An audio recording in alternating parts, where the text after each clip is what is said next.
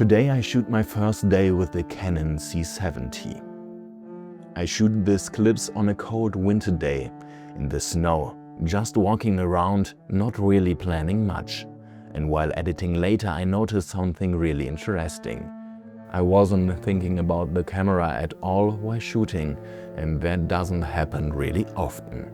Most of the footage was handheld, no gimbal, no setup, just reacting to what was there.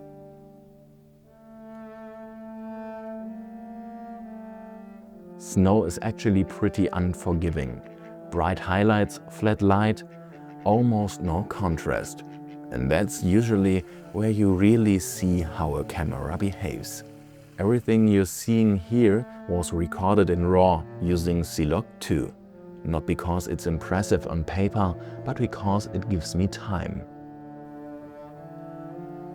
Time to decide later, time to shape the image instead of fighting it. What I really like about working this way is how practical it feels. Highlights roll off gently, textures stay intact. Nothing suddenly falls apart when things get bright. Another thing I noticed was how calm the whole process felt. Internal ND filters mean I'm not constantly adjusting exposure. The grid just sits right in the hand, it feels stable even when I'm moving. At some point during the walk, I stopped checking the screen. I trusted what I was getting, and that changed how I shoot. Later, when I brought the footage into the timeline, it held up exactly the way I expected. Not perfect, but solid, consistent. For me, that's what matters.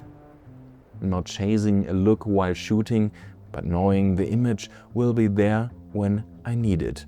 These shots from Bad Rotenfelde, from the Gradierwerke, they're simple, but they say exactly what I wanted them to say. And that's really what I learned using the Canon C70. When the camera stays out on the way, you can focus on the image. And sometimes that's everything.